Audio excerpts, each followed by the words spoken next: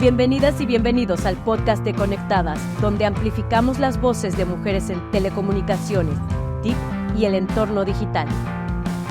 Únete a nosotras y exploremos nuestro decálogo para una transformación digital con perspectiva de género, mientras profundizamos en conversaciones cruciales sobre igualdad de género, inclusión digital y liderazgo en tecnología, de la mano de diferentes expertas y profesionales que comparten sus conocimientos, experiencias y visiones para un futuro digital más inclusivo y equitativo. Ya seas entusiasta de la tecnología, profesional del sector o defensor o defensora de la igualdad de género, este podcast es para ti. Síguenos para escuchar historias inspiradoras, discusiones valiosas y ser parte de una comunidad que se esfuerza por marcar la diferencia. Conectadas por una transformación digital. En 2023, según México Cómo Vamos, por cada 100 pesos que recibió en promedio un hombre, una mujer ganó 82 pesos. Bienvenidos y bienvenidas a Conectadas, el podcast donde exploramos la transformación digital de México con perspectiva de género. En cada uno de los episodios abordamos uno de los 10 ejes fundamentales para una sociedad digital igualitaria entre mujeres y hombres en nuestro país. En este episodio exploraremos la brecha digital de género, sus causas y repercusiones, con dos expertas en el tema. Hoy me acompañan Sofía Ramírez, de México Cómo Vamos, directora general de México Cómo Vamos, y Ana de Saracho, consejera de Conectadas y socia fundadora de Join Gestión 360 y Sinergia en TICS. Hoy abordaremos la brecha salarial de género, sus razones y sus repercusiones en el ecosistema digital. Acompáñenme para iniciar a escuchar esta cápsula y volvemos. La brecha salarial de género en México persiste como un desafío significativo, especialmente notable en sectores como información en medios masivos, que incluye los subsectores de radio y telecomunicaciones, donde la disparidad alcanza el 33% a favor de los hombres, según el INCO en un estudio del 2022. A nivel nacional, la brecha promedio es del 18% según México Cómo Vamos, posicionando a México entre naciones latinoamericanas con altas disparidades, no solo en ingresos, sino en participación laboral de las mujeres. Factores clave de la brecha salarial de género incluyen la segregación ocupacional, donde las mujeres tienden a estar sobrerepresentadas en sectores de baja remuneración, y la carga desigual de trabajo no remunerado, que limita su disponibilidad para empleos a tiempo completo y trayectorias laborales ininterrumpidas. Además, persisten prácticas discriminatorias en la contratación y promoción laboral, que perpetúan la desigualdad salarial, según la OIT en un estudio del 2020. Estas estructuras subyacentes reflejan desafíos culturales y socioeconómicos profundos que requieren políticas efectivas y una mayor transparencia en la remuneración para abordar de manera integral esta problemática. Quiero agradecer a Sofía por prestarnos su voz para estos datos sobre la brecha salarial. Y quisiera empezar la conversación con una pregunta. Para profundizar en el tema, ¿qué más sabemos sobre la brecha salarial de género y cómo influyen los estereotipos en la remuneración que reciben las mujeres frente a los hombres en diferentes posiciones jerárquicas y en diferentes sectores laborales, o por ejemplo específicamente el ecosistema digital? Sofía. Pues creo que hay varios rubros donde vale la pena regresarnos a entender que no solamente pasa justamente en el ámbito digital y en las telecomunicaciones, tecnologías de la información. Creo que tenemos que regresarnos un poquito a entender pues cómo justamente hay rubros anteriores. Por ejemplo, el logro del nivel educativo no se ha reflejado totalmente en la disminución de las brechas salariales. Creo que eso es muy importante porque la brecha salarial, por ejemplo, a mayor ingreso es menor en términos porcentuales. Pero si hablamos de personas con posgrado, estamos hablando que la brecha alcanza incluso 30% entre hombres y mujeres.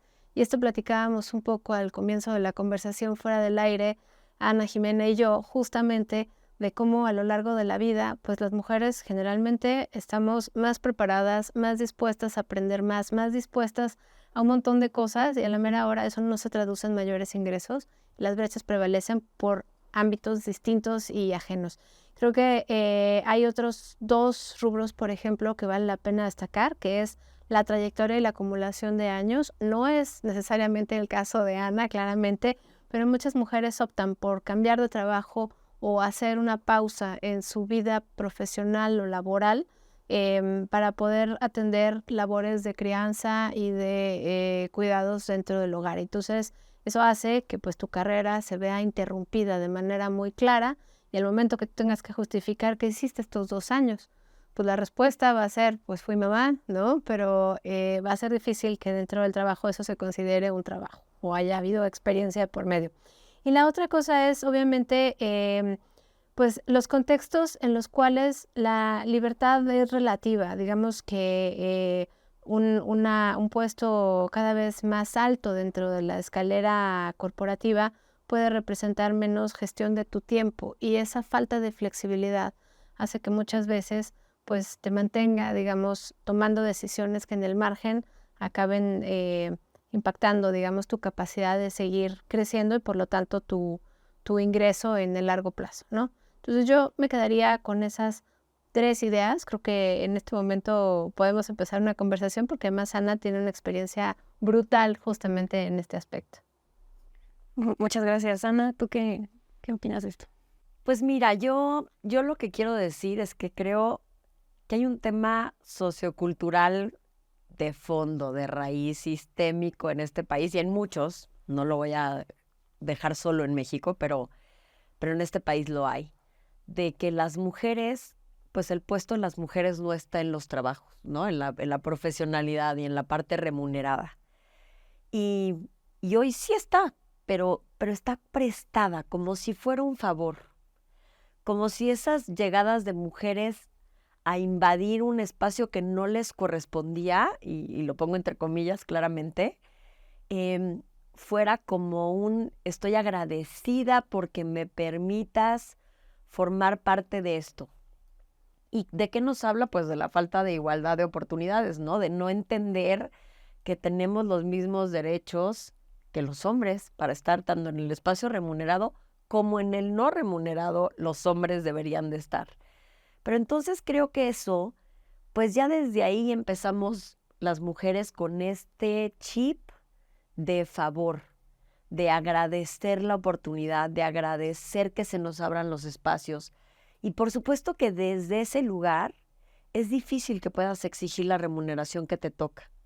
Yo no conozco ningún hombre que acepte un trabajo diciendo gracias por esta oportunidad. El hombre dice, claro que me contrataste porque soy tu mejor opción para estar aquí. Y las mujeres no. Y entonces creo que desde ahí la parte de tener la posibilidad de negociar o de exigir lo que corresponde, no estoy diciendo tampoco del abuso de la posición, simplemente de lo que te corresponde, pues se hace fácil para las empresas conseguir talento femenino barato, que eventualmente termina dando esta brecha salarial que luego se vive en las empresas, porque claro, cuando empiezan a revisar un poco cuánto gana una mujer que desempeña el mismo rol y mismas responsabilidades que un hombre, como las condiciones de contratación se dieron en circunstancias tan disparejas, pues la brecha está ahí, de entrada. Y el problema es que ya luego es difícil corregirlo, porque costaría muchísimo más dinero del que probablemente una empresa puede estar dispuesta a poner para igualar eso. ¿Qué es más sencillo? ¿Bajarle el sueldo a quienes lo tienen alto o subirle el sueldo a quienes las tienen bajas? Entonces, pues ninguna de las dos. Pero sin duda el costo es muchísimo más alto para llevar a las mujeres al lugar donde deberían de estar. Y eso me parece que entran temas que, bueno, podríamos tener podcast solo para eso, pero del síndrome del impostor, ¿no? Mujeres sabiendo que entran a un trabajo y hablando con sus voces, Sofía, que tanto platicábamos de nuestras voces, diciendo, híjole, pero ¿y de verdad yo soy la persona para este puesto? O sea, cuestionándonos nosotras mismas si somos o no el perfil, si somos la persona idónea para esa empresa, en vez de llegar con esta autoconfianza y esta seguridad de decir, yo vengo aquí a ser un agente de cambio, tengo un valor agregado que aportar a esta empresa y le voy a dar los resultados que se necesitan y vamos a crecer juntos, porque además esto es un win-win. O sea, la verdad es que si las mujeres entran con una confianza superior y pudiendo hablar con sus voces saboteadoras que dicen, no deberías de estar aquí, o qué estás dejando en tu casa, porque también hablábamos de las culpas, qué pasa con entonces cuando tenemos hijos, y si no deberíamos más bien de estar dedicando ese tiempo valioso a otros lugares, pues entonces esto probablemente no sería tan grave como es hoy. Y a mí me parece, yo cada vez que hablo de brecha salarial con una empresa, siento una cierta incomodidad. Es como un dato que, digo, no sé, supongo que tú lo debes de saber mucho mejor que yo, Sofía, pero que cuesta que den. No, ¿No? además todo el mundo te dice, aquí no, aquí contratamos hombres y mujeres por parejo, pero entry level, ¿no? O sea, de entrada, no en las digamos, en las posiciones más relevantes. Exacto, o te hablan de bandas salariales y entonces esa banda de repente tiene un mundo de cambio entre la posición baja y la posición alta. Entonces claramente se abren brechas respecto de la misma banda salarial y eso es bien difícil. Y por el otro lado entiendo también que digan, entonces, ¿dónde queda la posibilidad de tener un diferenciador porque mi trabajo es espectacular o porque es verdaderamente de valor para una empresa? Entonces, pues hay muchos temas ahí que analizar. Algunos vienen desde una parte muy emocional, desde una parte interna, otros son mucho más externos, pero creo que todo esto pues nos tiene hoy en el problema en el que nos encontramos y del que es difícil salir por esto que les digo, ¿no? En realidad hoy arreglarlo pues implica tener un programa a muchos años como para poderlo hacer, porque nadie va a poder sacar esa cantidad de dinero de un día para otro para arreglar esa brecha, ¿no? Pero además es como muy natural en el momento en el que tú tienes 5 pesos y tienes que llegar al kilómetro 50, pues si contratas mujeres vas a tener 5 veces más talento por menor precio. Entonces es un reto bien interesante porque no se trata de explotar el talento femenino, sino de emparejar la cancha para que la carrera sea igual y entonces por el mismo precio obtengas el mismo talento. Creo que esa es un poco la pregunta de fondo. Y además, o sea, justo decían esto de los estereotipos no solo internalizados, ¿no? Sino también internalizados a nivel colectivo e institucionalizados, ¿no? Un poco es también, no solo yo, mujer, pues un poco internalicé el estereotipo de que tengo que estar en mi casa, cuidando, haciendo labores no remuneradas. También, o sea, los hombres y la propia empresa han internalizado, o bueno, las propias instituciones han internalizado esto, ¿no? Y se ve un poco reflejado también en el tipo de trabajo que hacen las mujeres, ¿no? O sea, a medio tiempo, más flexible, menos flexible, ¿no? Entonces, o sea, ese tipo también, todas esas diferencias también no se reflejan como tal en una cantidad que pueda dar la empresa, ¿no? Como, ay, aquí no hay disparidad salarial, digamos. No, totalmente. Y cuando les decía yo al principio en la primera intervención que no estamos en la misma condición de libertad, justamente hay un premio Nobel de Claudia Goldin del año pasado de Economía que habla sobre eso. O sea, las decisiones que tomamos las mujeres en el ámbito profesional y laboral no están en las mismas condiciones, no están tomadas en las mismas condiciones de libertad que los hombres, porque el contexto importa muchísimo. Entonces, la expectativa que hay sobre tu rol en casa, sobre tu rol en la sociedad, sobre tu rol en la empresa, pues hace que solamente tengas a la ansiedad adentro de ti dictándote lo que puedes y no puedes hacer. Y obviamente el dolor siempre de decidir, pues solo puedo estar en un solo lado. Voy a estar en la junta con los directivos o voy a estar en el kinder recogiendo a mi hija. Y fíjate que tengo un caso de una mujer que trabajaba conmigo, que era parte de mi equipo, y pues a ver, yo tengo 3 hijos y lo he vivido muchas veces en no las circunstancias maravillosas en las que debí de haber tenido estos hijos.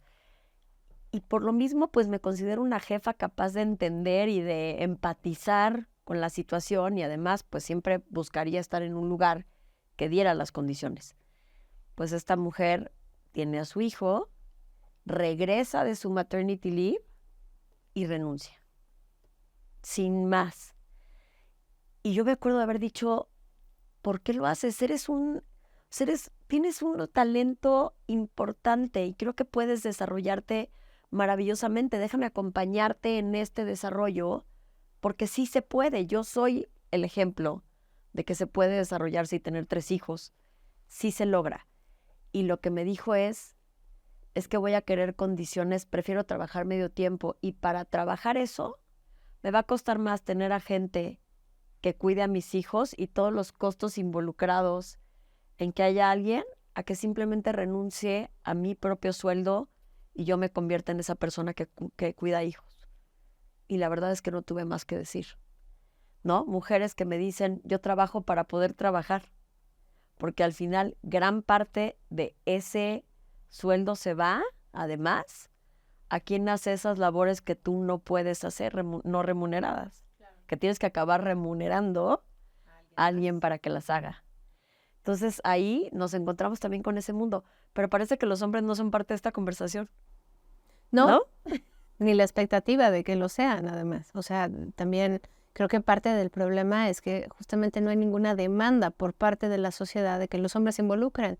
Entonces, cuando se involucran, se les aplaude, lo cual está muy bien, pero cuando la labor no está completa por la mujer, entonces se le reclama. Entonces, viene este doble costo, donde pues no solo no puedes avanzar porque no puedes tomar oportunidades, sino que además, pues en casa estás dejando, entre comillas, un montón de pendientes y una deuda, digamos, emocional, porque la expectativa es esa.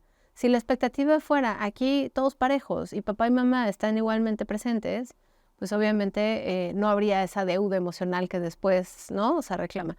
Yo creo que es un tema muy complicado, pero creo que cuando hablamos de brechas salariales, que es el tema del día de hoy, Ana tocó un punto súper importante, que es el medio tiempo. Tú también lo decías, el decir, pues trabajos más informales por proyecto, ¿no?, que no tiene seguridad social, y entonces pues empiezas como a disminuir tus ingresos, no un año o dos, sino a lo largo de tu carrera, y cuando quieres llegar a la posición más alta, vas a llegar con un pedazo de tu salario ya mordido. Las razones son diversas, porque es que no juntaste 40 años de trayectoria ininterrumpida, es que cambiaste muchas veces de puesto, es que entraste y saliste del mercado laboral. No quiere decir que no haya mujeres en la punta, lo que quiere decir es no hay suficiente representación, porque todavía es 1 de cada 10 a nivel directivo, digamos, en las juntas de gobierno de las empresas, sino que también la posición no llega con la misma fuerza porque no viene respaldada, digamos, por este reconocimiento del entorno. Y a eso se refería Goldin con la libertad. No estamos en las mismas condiciones de libertad. Entonces, creo que la brecha salarial además se va exacerbando conforme no solamente mides el ingreso laboral, vas midiendo pues los activos que generaste a lo largo de tu vida, el acceso al sistema financiero, el ahorro para el retiro, y todo eso se emparejaría si tuviéramos las mismas condiciones laborales. Entonces sí nos regresa la brecha salarial o la brecha de ingresos o la brecha de riqueza a lo largo de la vida, justamente a no tener las mismas condiciones paritarias. Si me preguntan cuál es esa bala de plata que podría resolver la brecha salarial, para mí sería la flexibilidad laboral para todos, para hombres y para mujeres. Justo, qué bueno que lo mencionas, justo a eso les iba a preguntar, ¿qué medidas efectivas pueden tomar las empresas o las instituciones públicas o las empresas o incluso las propias mujeres también, o sea, en términos, justo donde decías, como de esta mentalidad, ¿no?, para fomentar la paridad salarial? Bueno, yo creo que hay varias. Efectivamente hay una parte que es trabajo de las mujeres. Sí creo que las mujeres tienen que trabajar en su confianza y en entender que hacen un rol tan valioso como el que hacen los hombres. De verdad que es importante que tengamos mujeres poderosas. Yo no les llamo empoderadas porque creo que nadie tiene que darles ese poder. Todos lo tenemos y simplemente hay que reconocerlo y vivir a través de él. Pero las empresas tienen que poner el ambiente para que este ambiente sea seguridad para esas mujeres. Entonces, yo las que te diría que a mí me parece que son válidas es, por supuesto, el flex time. O sea, me parece que la flexibilidad de trabajo, y que además ya nos lo demostró la pandemia. O sea, yo conozco empresas que los CEOs te dicen, mi personal se volvió más productivo en ese ambiente. ¿Por qué? Porque quitaron la ansiedad de no ver a sus hijos, porque se dedicaron, es más, tuvimos hasta que lidiar de alguna forma con la sobreconexión, ¿no? Y porque entonces ahora, ¿hasta dónde terminaba el trabajo? Ese es el nivel de compromiso que la gente adquirió en sus propias casas sobre el trabajo. Entonces ahora había que quitar trabajo de la casa. Entonces, creo que eso es una demostración básica de que el trabajo flexible, y considero lo mismo que tú, Sofía, es para hombres y para mujeres, porque más necesitas también quitar ese estigma que tienen los hombres de que si las mujeres hacen flex time están de vacaciones o que se van a ir a hacer las uñas. O sea, tienen que entender que simplemente es una manera distinta de trabajar, donde gestionas tu tiempo de una manera diferente para dárselo a todo lo que te lo está reclamando. Pero eso no quiere decir que dejes de hacer un trabajo serio. Y solo si los hombres lo experimentan y lo viven, pueden darse cuenta de que no son vacaciones. Eso me parece importante. La segunda es precisamente las licencias paternales, por ejemplo, en los temas de maternidad, ¿no? Cuando tienes un hijo. Es increíble, bueno, de entrada lo que la ley da, que creo que son 5 días hábiles, si no me equivoco, la licencia de paternidad, pero hay empresas que tienen 3 semanas, un mes, o sea, que sí dan estas licencias. ¿Y qué creen? Que los hombres no se las toman. Por este mismo mindset de pensar que son vacaciones, que van a perder su tiempo. Y entonces en la empresa son altamente criticados los hombres que deciden acompañar a sus mujeres en esta experiencia, ¿no? Y que deciden ser parte de la crianza de sus hijos. Entonces, si tú mismo estás penalizando esas conductas, pues vas a llevar a que nunca cambien las cosas para las mujeres. Las licencias de paternidad deberían de ser obligatorias. La verdad es que deberías de acompañar sí o sí eso. Y yo sé que es difícil verlo de esa forma y que habría hombres que quizás hasta ni dirían que van a ser papás solo para no irse. Porque además da, y sí lo tengo que decir, da mucho FOMO estar en licencia de maternidad. Esta sensación de estar fuera de la escena, de si vas a regresar y alguien ya tomó tus roles, de qué pasó con tu trabajo y cómo lo retomas. Entonces, creo que eso es un tema bien importante. Claro. No, totalmente. Creo que la parte esta que mencionas, ahorita que te interrumpí, perdón, que decías, es que te da angustia.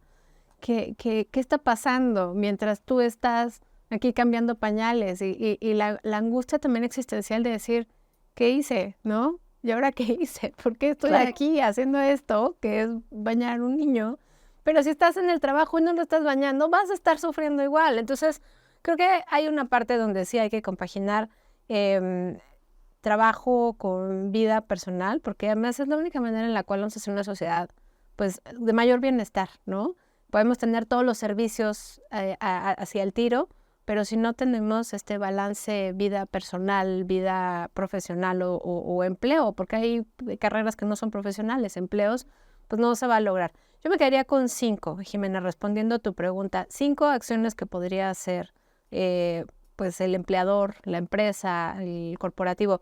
Primero, contrataciones ciegas, libres de estereotipos, porque muchas veces las vacantes se ocupan con personas de cierto perfil, aunque no digan busco mujeres jóvenes de 25 años delgadas, pues como van a estar paradas en la entrada recibiendo gente y van a recibir un sueldo menor al cual estarían dispuestos a trabajar los hombres, ya solo aplican mujeres.